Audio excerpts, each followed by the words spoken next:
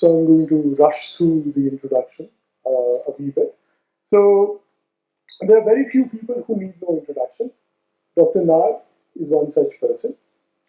He started life as an engineer, studied in Canada after he completed his engineering degree in the Indian Institute of Technology in Delhi. And he served a very, very small amount of time in a bank in Canada. But then investment banking, which was coming up, perhaps was not for him. He went to the London School of Economics and Political Science, where he was a student of a certain Dr. Amartya Singh, who would later go on to get the Nobel Prize in economics.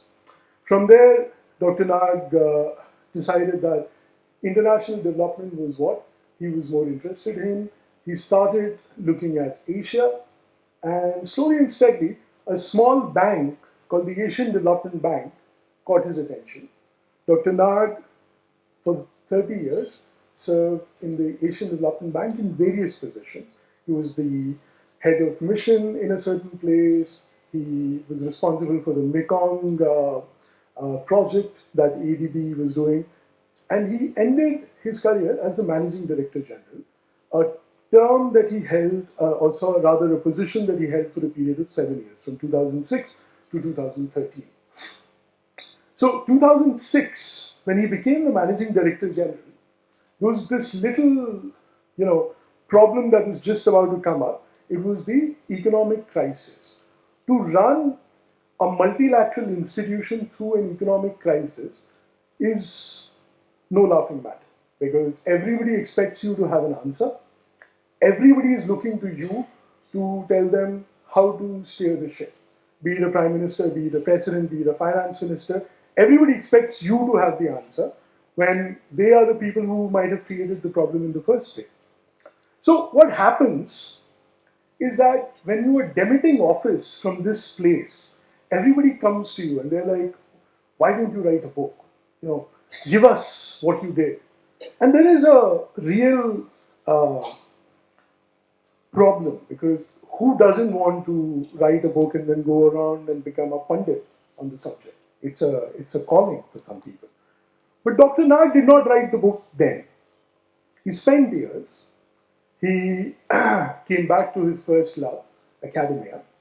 Dr. Nag it is our honor that he's a professor, a distinguished professor at SGD University, and he's a member of the board of the Advanced Study Institute of Asia, and somebody I look up to for guidance more than once. I mean, it's more like once a week sometimes. But he's also a professor at the Beijing Normal Institute, which is a big institution in China. He served as a fellow of the National Council of Applied Economic Research in India. And through all of this, the question that he kept on coming back to is a question that somebody asked him. As a managing director general of the ADB, you go around giving lectures, something that all of us have done, something that some of us have heard, and something that some of us have given.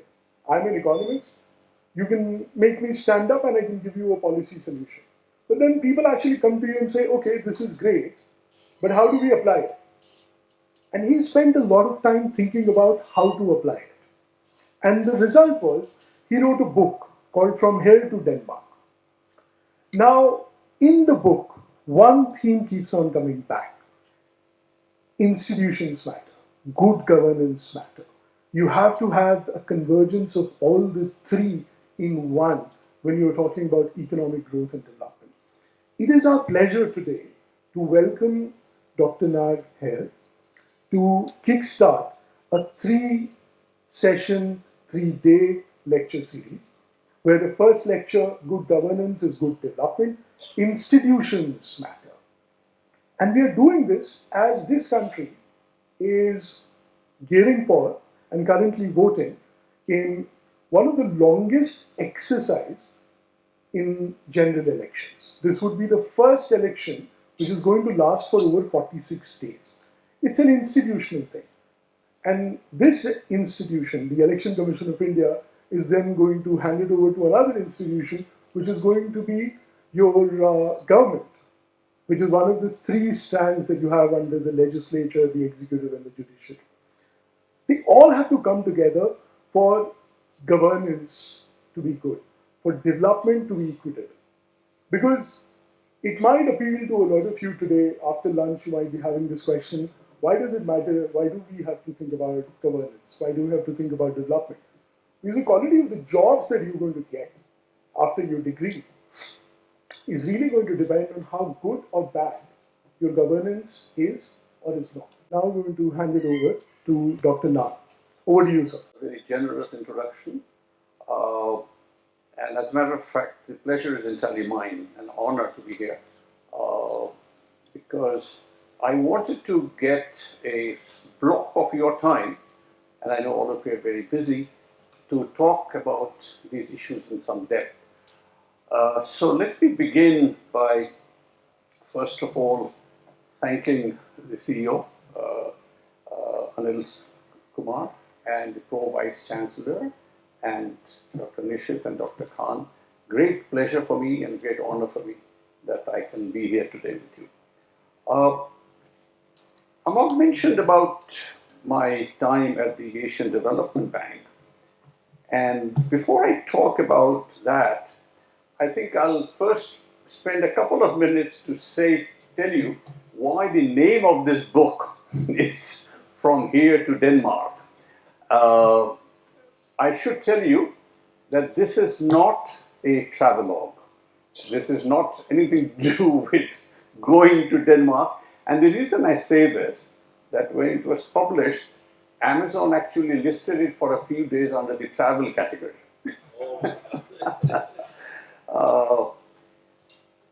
Here is a hypothetical construct of a place where there is injustice, there is fear in the minds of people, there is fear about security, about violence, there is exploitation of the poor and the women, and everything that you can imagine makes life difficult.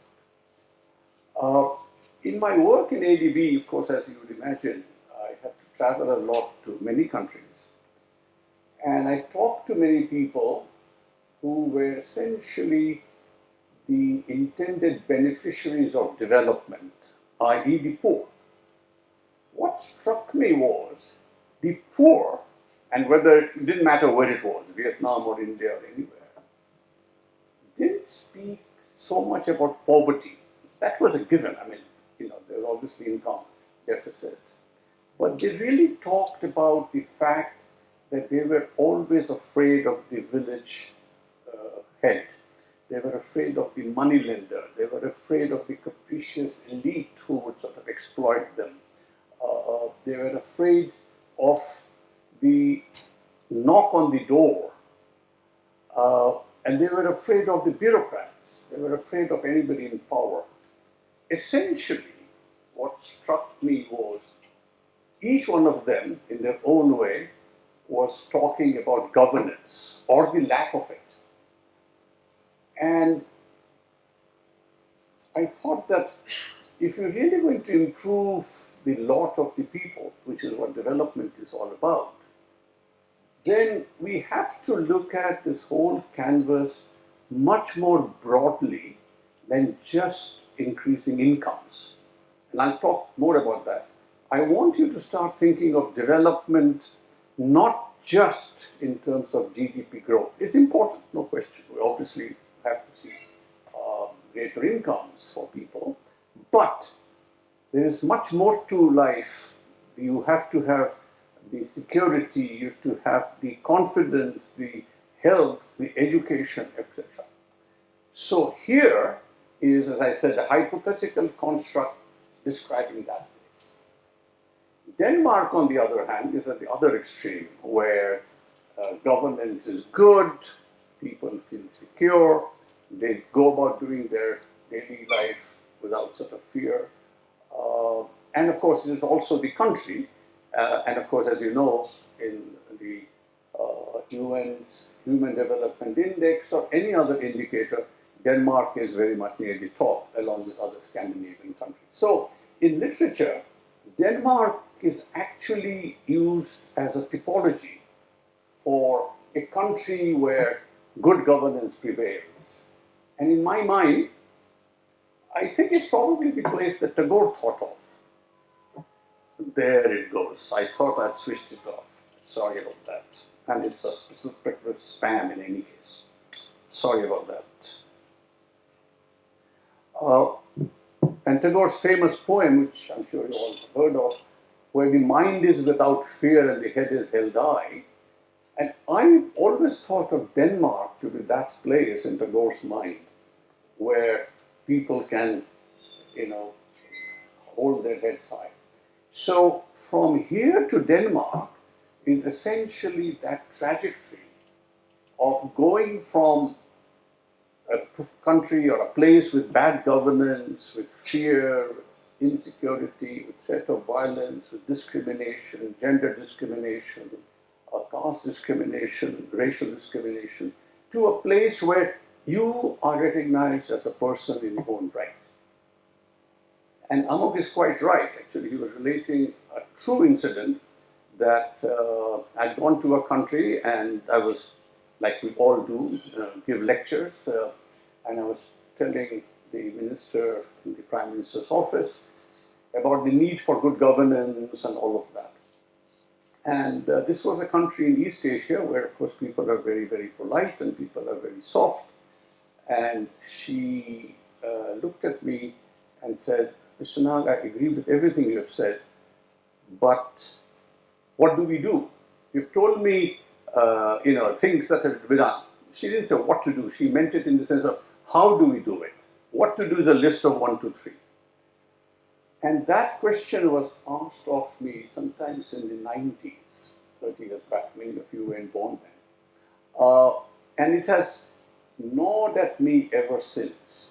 So this book is an effort by me and my colleague, co-author of this book, Harinder Kohli, to answer that question. Not why do it, which is important, but what to do and how to do it. Okay? So from here to Denmark is that trajectory. And the answer is far from complete, far from perfect, but it's a beginning. And as I know very well, this is neither the first word nor the last word of the subject, and I'm sure many of you will contribute to it as you go along. Okay, so that sort of sets the tone for the name of the book. Let me briefly start with some concepts. What is governance? It's one of those things that everybody knows what it is, everybody feels it, but it's one of those things which is difficult to define, A, and B, governance is not something that is a recent concern of humanity. As a matter of fact, the word governance comes from the Latin word gubernare, which in turn comes from a Greek word, kubernein, which means to steer. So in a way, if you think of it, governance is a way a society steers itself, obviously for the better. And when we talk about governance, essentially it's how we agree, it's a compact in society, how we agree to behave, how we agree to deal with each other, how do we agree with how to treat each other. And if you come to think of it, even the cave people in the past must have had some rules of behavior, and I'll come to that when I talk about institutions, in which they agreed how they will conduct their society. Okay? So governance is essentially the process, a social compact of steering yourself so that you live in peace, you live, in freedom, etc. And I'll come to some of these concepts later. But before I get too far, I want to introduce the concept of two Sanskrit words, which of course is no issue for you. But when I give this lecture outside India, I have to explain it more. Niti and Nyaya. and I'm going to emphasize this throughout my lecture series, niti are the rules and regulations. Okay? So, in society we have rules and regulations and constitutions and what have you.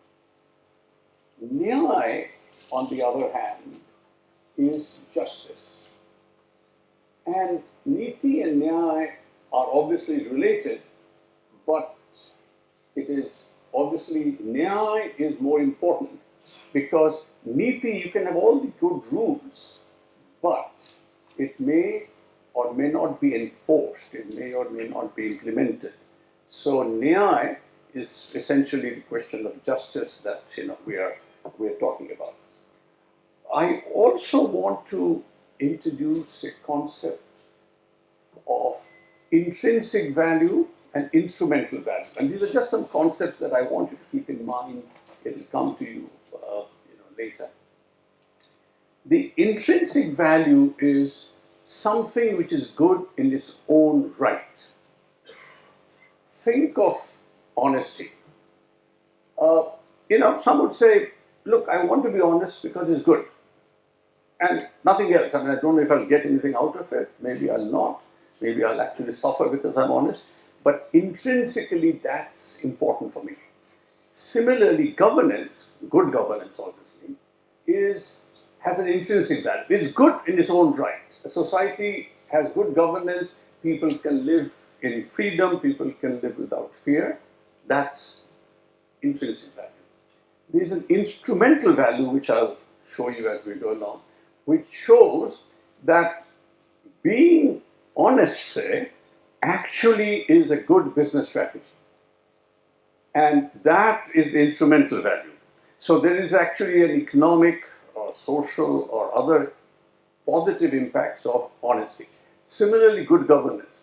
There are instrumental values of governance. But I want to emphasize that a society might have to make a compact with itself. Might, I mean, I don't know if it will or if it does, might make a compact with itself that good governance is good for us, we as people. Now, Amar mentioned about Professor Sen, who I had the privilege of being a student of.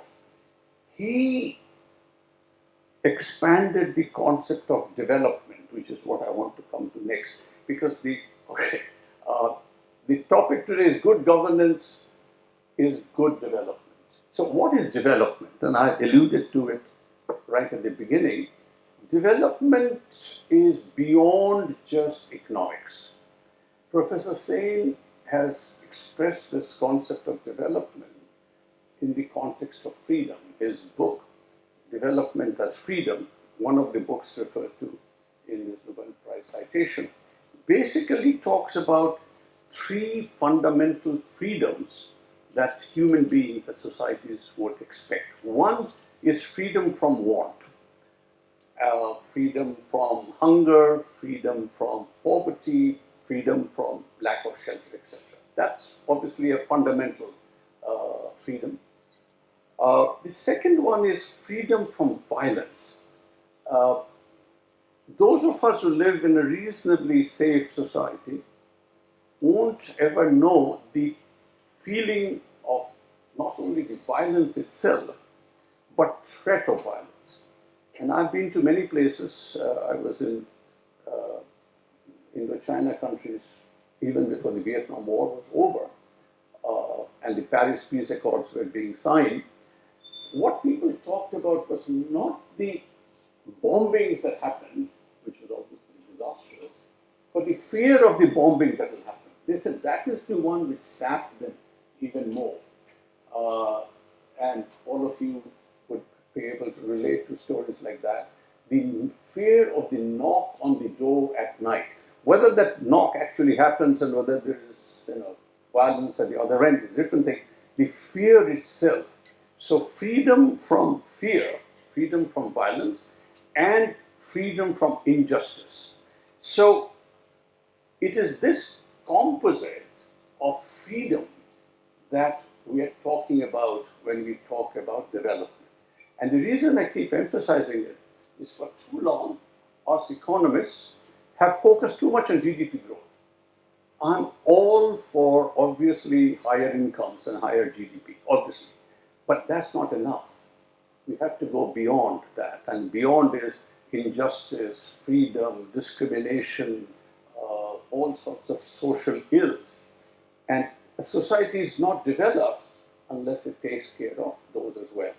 And in a way, if you come to think of it, it is no coincidence that Martin Luther King, when he gave his famous I Have a Dream speech, he said he has a dream that people of color would be free at last. He didn't say, I have a dream that people of color will be middle income groups at last. Okay, obviously, incomes are important. So, the definition of governance does become complex because it has to cover all of these. So you can either define, not either, these are all complex, you can define it in terms of the political aspects of governance. How do you choose a government? How do you ensure it's serving you? How do you replace a government? So that's one indications of governance. The other is the legal aspects of governance, which is what are the laws, what's the constitution, what are the rules, what's the regulations. And the third is this capacity of governance and capacity of the government rather than governance, capacity of a civic society to hold accountable. So governance is all of them combined and each of them individually. Okay? So I would say governance really has to have basically these four elements. First of all is predictability.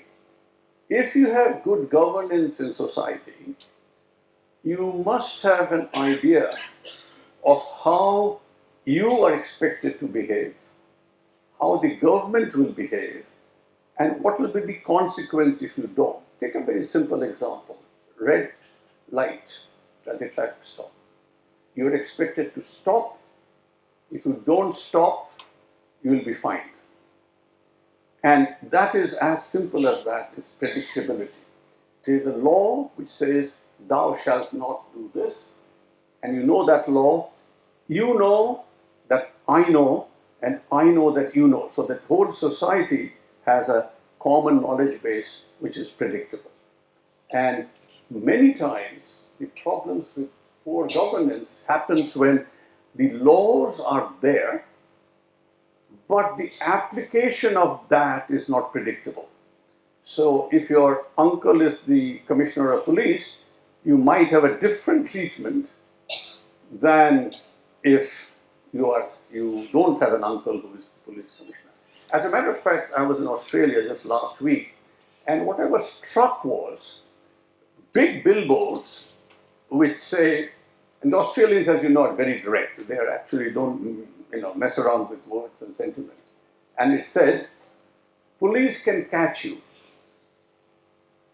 anytime, anywhere, anyone.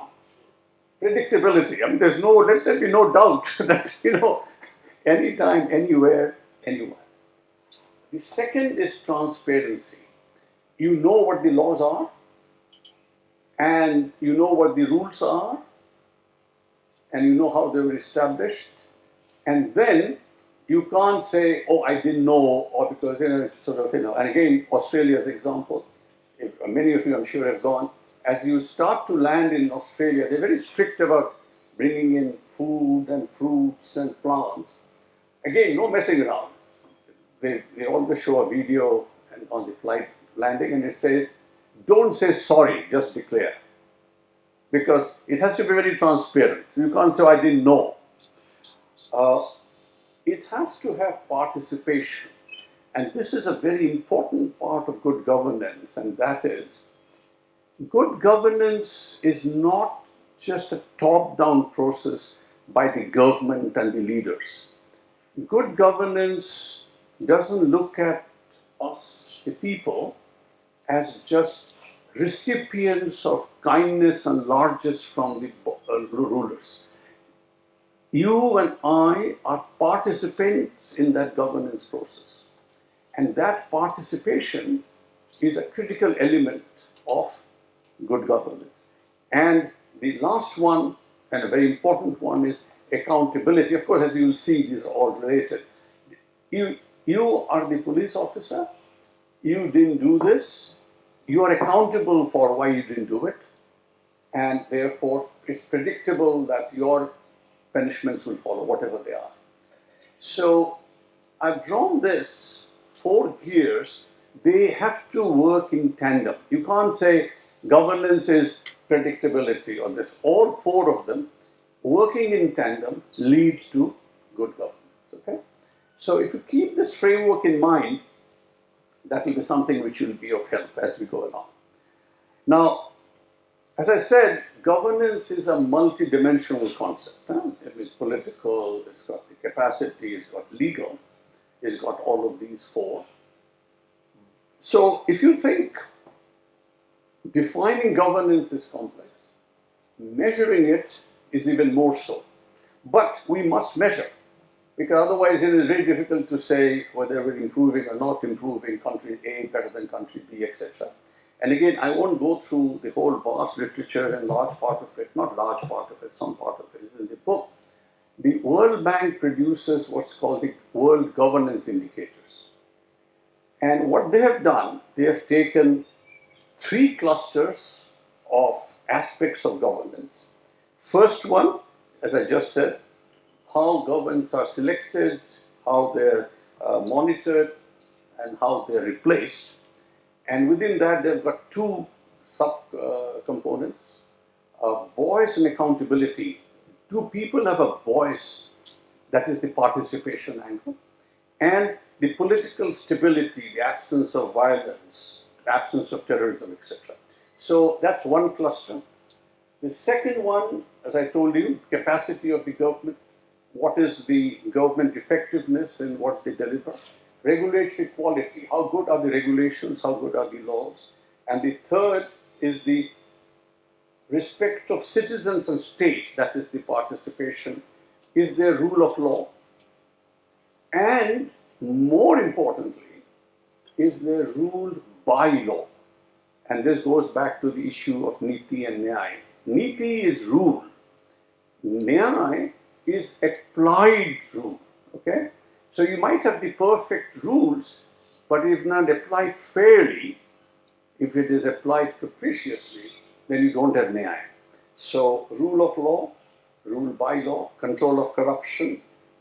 So those are the 6. So what we did, my colleague and I, we took 20 countries. We took Denmark, of course, as the obvious yardstick. We took US, Japan, and China as the 3 largest economies. We took India, obviously, for its large size, growing economy. Then we took countries which sort of, are at the lower end of the economic spectrum. We took some countries in Africa. We took some countries in East Asia. We took countries which did very well with the resource boom, and countries which did very well after the liberalization processes. We took South Korea. As you would know, South Korea was actually poorer than North Korea as late as 1970. The per capita income was higher in North Korea. That was 1970. By 1995, South Korea had become an OECD country, which means an advanced economy. We took countries like Botswana, Georgia, Uruguay, which have in the last recent years, decades, have shown significant improvement in their governance. We took Nigeria and Indonesia. In Nigeria and Indonesia both had a fantastic resource boom. Nigeria wasted it all. Nigeria essentially had a huge spree of corruption and other things. Indonesia had corruption issues, but still managed much better. So what happens? So we took 20 countries, we took in, as I said, different regions all over the world, and of course there is different income groups. So let me show you, do I just sort of, there it is, it worked. Okay. This is the, you'll see at the apex of each of those hexagons, the various measures of governance that I mentioned. Control of corruption, government effectiveness, political stability, regulatory quality, rule of law, voice and accountability. The blue one, the larger the area under the curve, the better the governance. The blue one represents the high income OECD countries. Okay? And, and the next one down is the upper middle income. Okay? The next one down is the lower middle income, and the red one is the low income countries. So we have sort of taken these 20 countries and broken them out into these 4 groups. The interesting thing is the area under the curve, area under those hexagons, is essentially a measure of good governance because this takes all the 6. Okay? And you'll see a very interesting thing. The higher income countries have better governance. Okay? And I'll take the next one, which is by region. But similar thing, these are the blue one, the outside one is North America, and then further down. Again, the countries which are richer are the ones which have better governance. Now, this raises a very interesting dilemma. This is unequivocal. And as you saw, I mean, Denmark, the OECD countries are at the top of the governance indicators, they're at the top of the Human Development Index, etc. Now, there are variations within countries, I won't go into that. For example, India and China, India scores much higher on voice and accountability, China scores better on control of corruption and stability, and low on voice and accountability. But leave those aside, this is an aggregation. So one conclusion, countries with higher incomes have better governance. So then the question is, does it mean that it is only the rich countries which can afford good governance? That's a very powerful question, because then many countries are off the hook. And what can we do? We are poor, we can't bother about good governance. So the causality is important. We know higher incomes means good governance, but what's the causality? Is it you have to be rich first and then get honest, or do you have to be honest first and then you get rich? Fortunately, very fortunately, the studies that we did, several others have done, academics, shows that the causality is actually from good governance to higher income.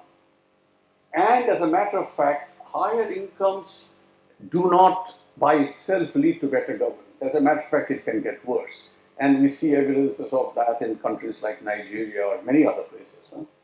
So that's very reassuring because it basically says good governance is a precondition for economic development. Because people have argued, and this was not a debate which was not settled, it was only in the last 20 years or so that this causality has been established, that, we are poor, we cannot afford the luxury of good governance. We can't bother about corruption. Corruption is a necessary evil. Corruption is grease money. What this shows, and I think this is something that now is accepted as a given, as unequivocal, and I'm taking that as a given, that it is actually the poor countries who cannot afford poor governance. Because for them, the economic pie is so small that if then it gets distributed by unfair means, it hurts people much more. Okay? So that's a very reassuring thing. Okay, so far so good. So we can see that if you have high incomes, you get to good governance. But as I said, development can't be only about economic growth. What happens to the social impacts? If a country has better governance, do they have better social indicators? Do they have better maternal mortality? Do they have better literacy or whatever? Again, very encouragingly, look at this one.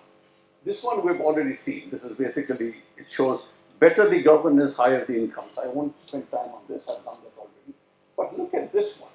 This is governance indicators and infant mortality. And again, it shows that countries which have got higher governance score, which is the one in gray, voice and accountability, and these scores are, it shows it's in mortality, not the other way around. So infant mortality is the lowest where you've got the highest governance.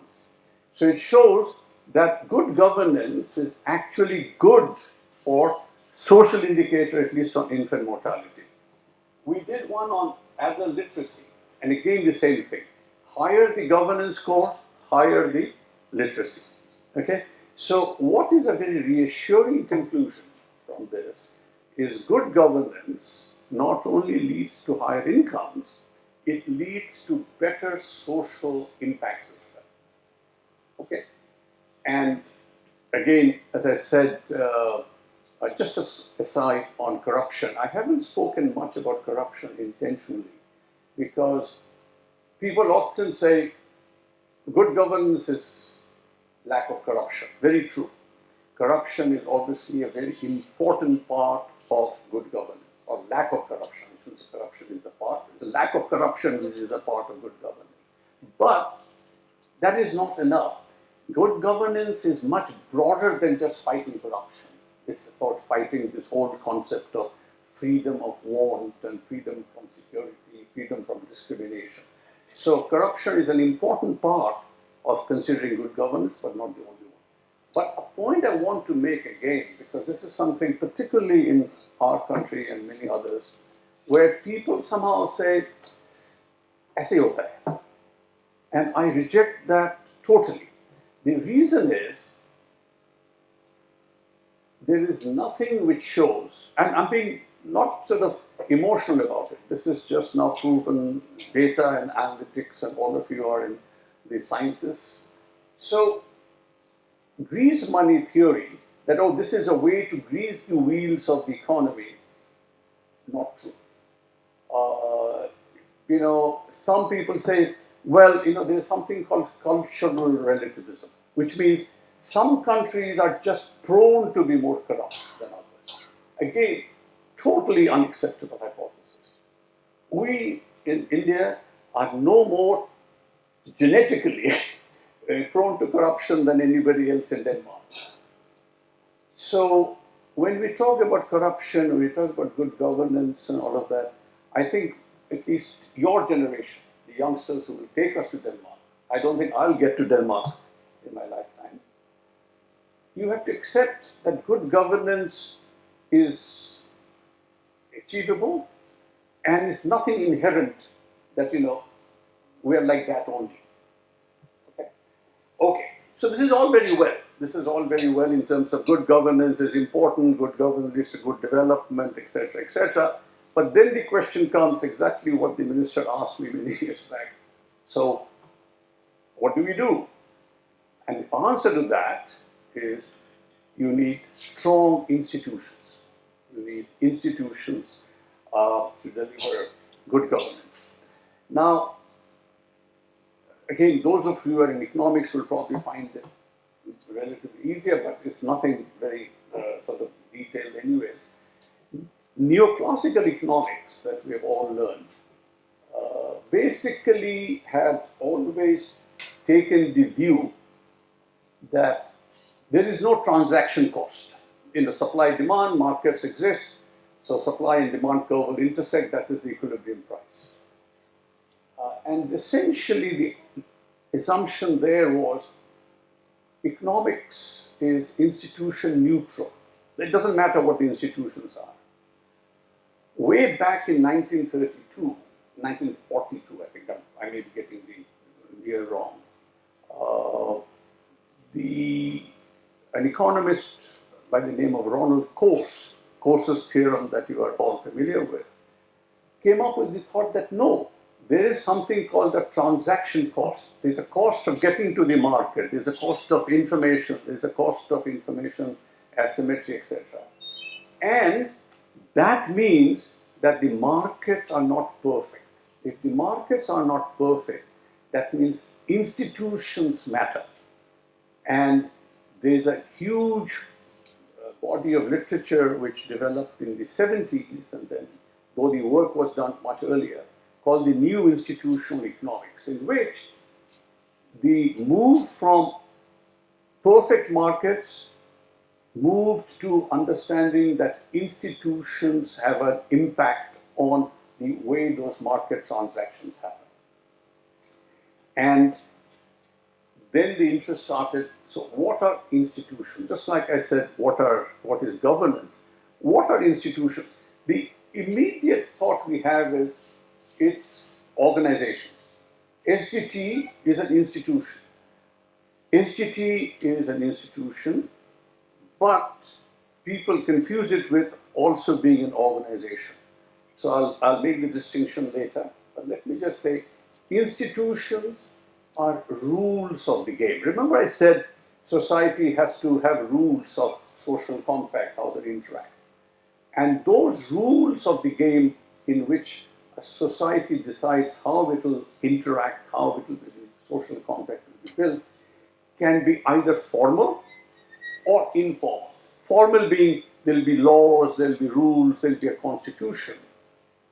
But increasingly people realize, and that will be something that I'll talk much more in my second lecture, that institutions can also be very informal. And for informal institutions are a function of culture, function of norms, functions of trust in society. And the informal rules and formal rules together form institutions. Let me give you a very simple example. Soccer game, football. The formal rules in football are very clear. You do this, there's a penalty kick, you do this, there's a handball, etc., etc. And if you trip an opponent, that's a foul, yellow card, red card, whatever. But there is also an informal rule that all of you have seen, under good behavior, under good governance, that even if you have tripped the opponent and actually fouled him or her, you'd actually give a hand to that person and pick him up. That's just a norm. Now that is also part of the institution of soccer. Okay? Now it takes a certain thought of what am I talking about? But you'll notice that the good governance on the soccer field will depend not only on the rules of the game, not only on the referee who sort of maintains discipline, which is the enforcement, but also the feeling of sportsmanship or the lack of it. Lack of sportsmanship, you don't pick up the player that you have tripped, bad norm, resulting in bad governance, resulting in a social compact having been broken. So I would like you to think in terms of the institutions as rules of the game. In going back to the soccer example, the rules of soccer, formal, informal, are the institutions. The players are the organizations. They're the ones who are actually interacting. Okay? Just like SGT as a university is interacting with students, with faculty, with society at large. So what does an institution do? What is the fundamental issue of institutions? Three functions. One is commitment. Institutions give a sense of the rules and the predictability. So you know that if I say this, whether it's formal in the form of a contract or I shake hand, then that's a commitment.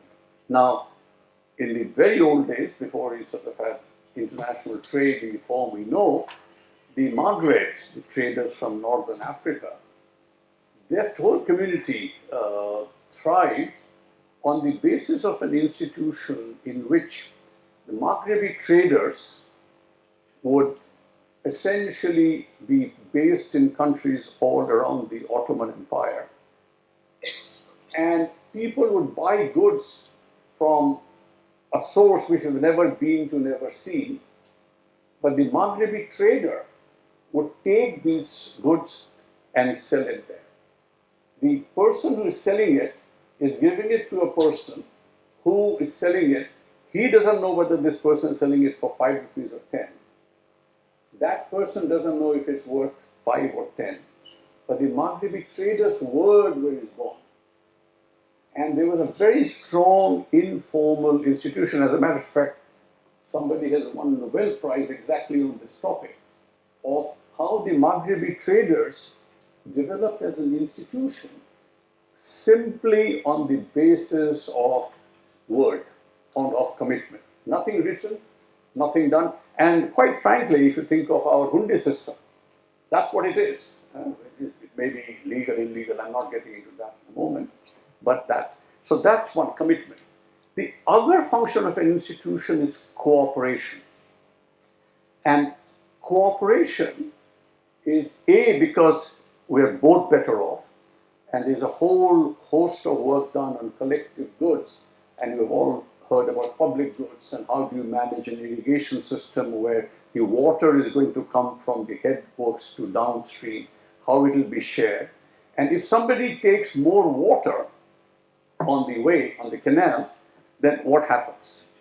And there will be formal rules of how much water you can take, but more importantly, there are informal rules of ostracization, of boycott, social boycott, etc., and varies from society to society.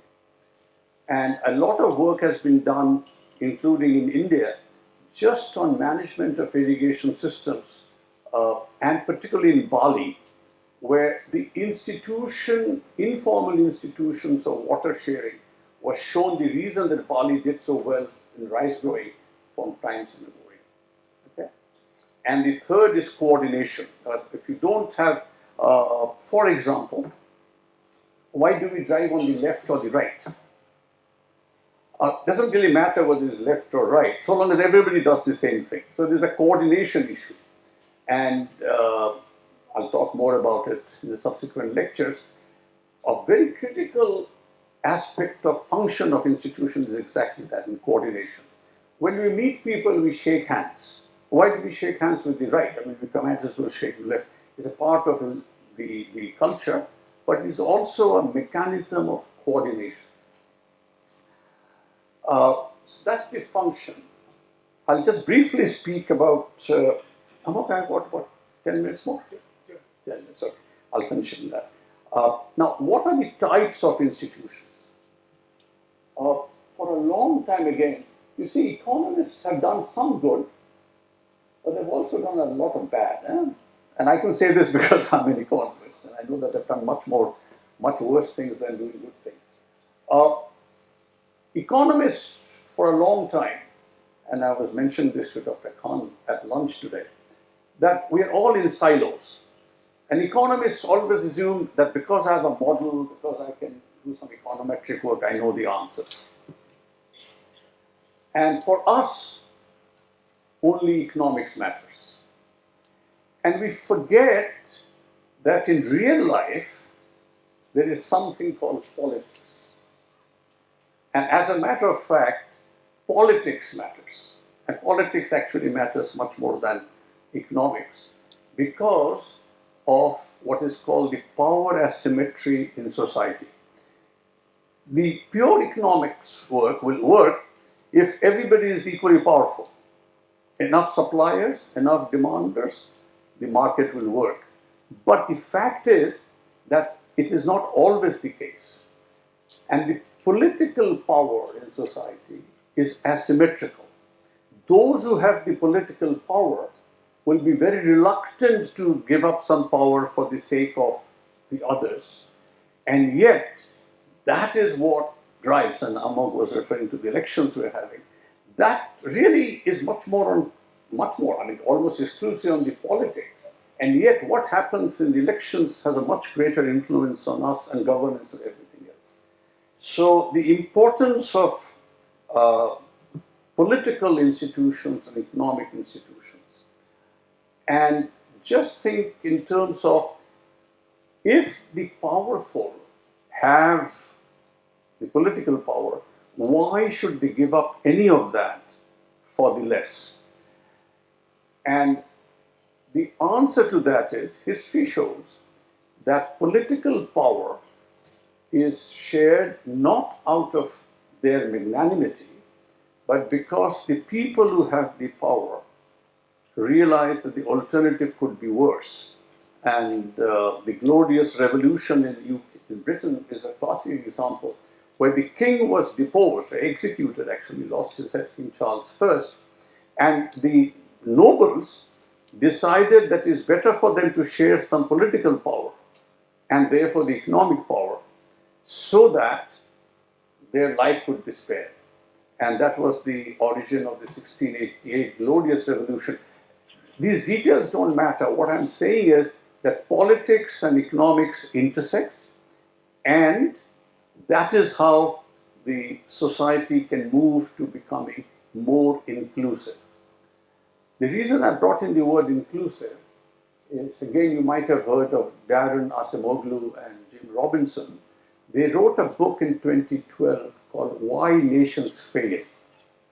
And their basic answer was nations fail when their institutions are extractive. A few people extract more than they give. And inclusive is when everybody has a fair shot at the pot. And they give examples, very interesting examples of North Korea, South Korea, exactly the same culture, same people, same heritage. Economic performance is very different.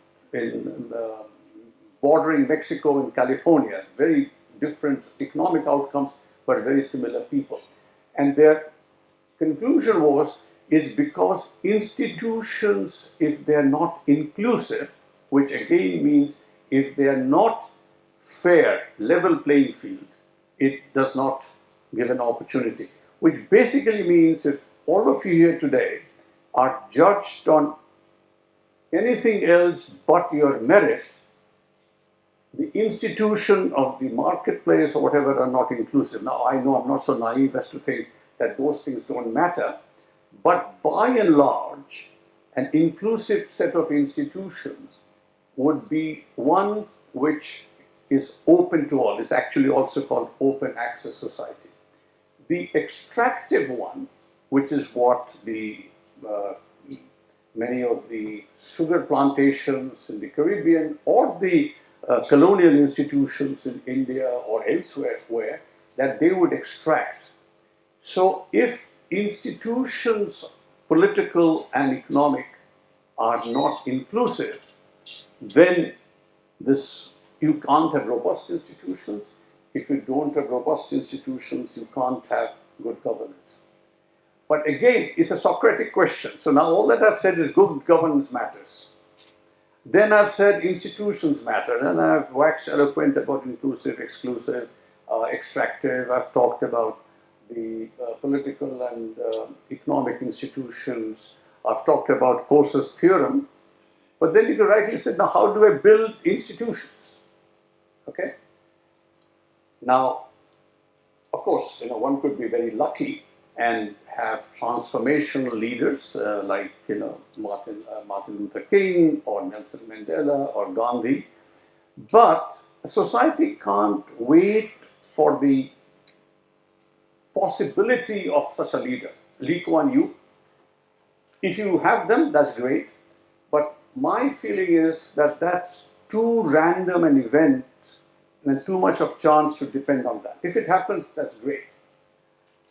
What I think happens is the political institutions that I mentioned, the power sharing, happens when there is demand from the bottom. And that means that there has to be the people, and we'll talk about that in my third lecture, they must demand good governance. They must demand strong institutions and be willing to live with it. I mean, the rule of law and rule by law are very important.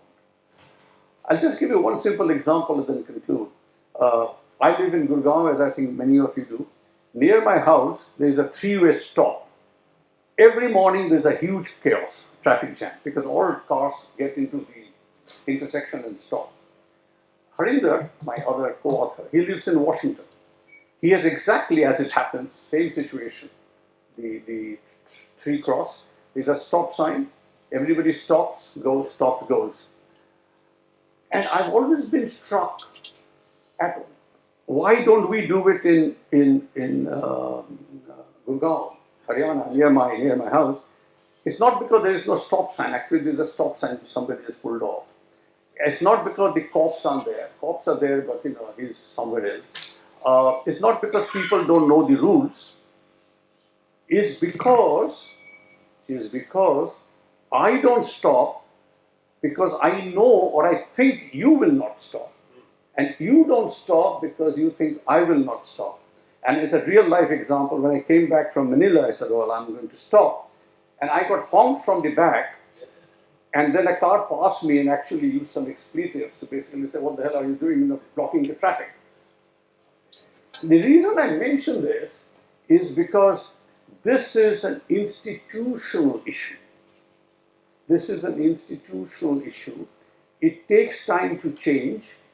Will that three-way stop situation change in my neighborhood? I'll give you some examples how it will change. But the bottom line is, it will change. That demand has to come from below, not from top, which requires two things. Which requires human capital, which is education and health, particularly of girls, that building up the human capital of society, and participation. And again, participation, which I showed you in one of those diagrams, is not a largesse given by the leaders or rulers that, okay, I allow you to participate. It's a demand for participation, but also accountability. I can't just participate by getting on the street and shouting slogans. I have to be accountable for my actions as well. So, if you can build this human capital, which I know is an important message to academics like all of you, that you build human capital in society, health and education. You build the participatory ability of people. Again, you need human capital. People cannot participate if they're not well enough, which means healthy enough, and skilled enough, which means educated enough to do that. I should hurriedly say that does not mean that educated people are naturally delivers in good governance. People who cross that three-way cross near the house, I think, are all educated. But we'll keep that for another time. So that is my basic message. Good governance matters. Good governance is good development. To deliver good governance, you need good institutions and solid institutions.